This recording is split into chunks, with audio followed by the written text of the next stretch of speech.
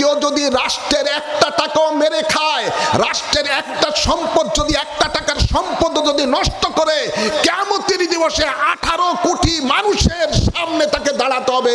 18 কোটি মানুষ যদি তাকে ক্ষমা না করে, আল্লাহ তাকে ক্ষমা করবে না। তার দরবেশগিরি বলেন, নামাজি বলেন, তাহাজ্জুদে নামাজ বলেন, কোরআন শরীফের তেলাওয়াত বলেন, কোন ইবাদত আল্লাহর দরবারে কবুল হবে না। হাজারো পীর আইনা দোয়া করলো, ওই দোয়া তার কবুল হবে না। ভাইরা আমার, বাবার আমার, আমি আপনাদেরকে শুধু এটুকুই বলবো, আমরা নামাজ পড়ি, হজ করি, যাকাত দেই, তসবিহ পড়ি, জিকির আজকার করি, কিন্তু এই জিনিসটার দিকে আমরা লক্ষ্য রাখি না। আমরা পরের হক নষ্ট করি, অবিরত পরের হক নষ্ট করি। আমরা ইদানিংকালে একটা জিনিস দেখতেছি, যদিও কথাটা না বললেই নয়, আজ আমরা সেই স্বাধীনতার পর থেকেই বা তারও আগের থেকে, হতে পারে অনেক আগের থেকে, আমরা দেখতে পাই অনেক দলেরাই যখনই কোনো ক্ষমতায় যাওয়ার সময় কোনো কিছু না পারে, অন্তত রাষ্ট্রীয় সম্পদগুলো ধ্বংস করে। আছে না নাই?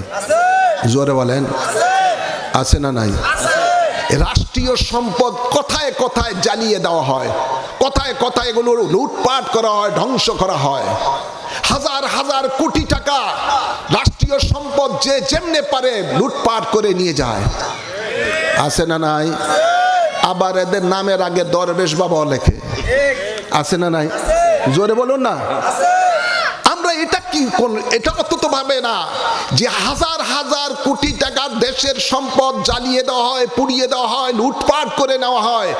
এই যে দেশের সম্পদ, রাষ্ট্রীয় সম্পদ নেওয়া হয়, এই রাষ্ট্রের মালিকানা এটা। এই দেশে যদি 18 কোটি জনগণ থাকে, 18 কোটি জনগণ হলো এটার মালিক। কথা বলেন না? মধ্যে নাই?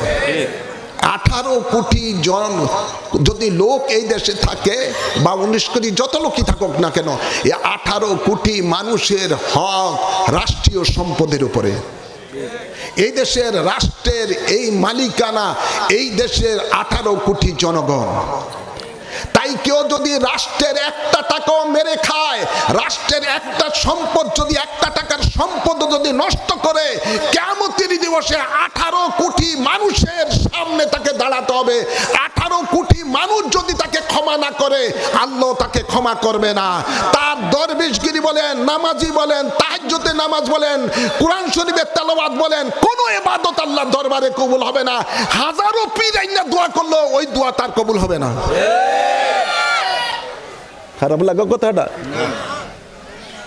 আমাদের দেশের মানুষ আজকে এই দেশের মধ্যে এমন মনে করে যে এই দেশটা যে ক্ষমতা থাকে, মনে করে যে তার সম্পদ।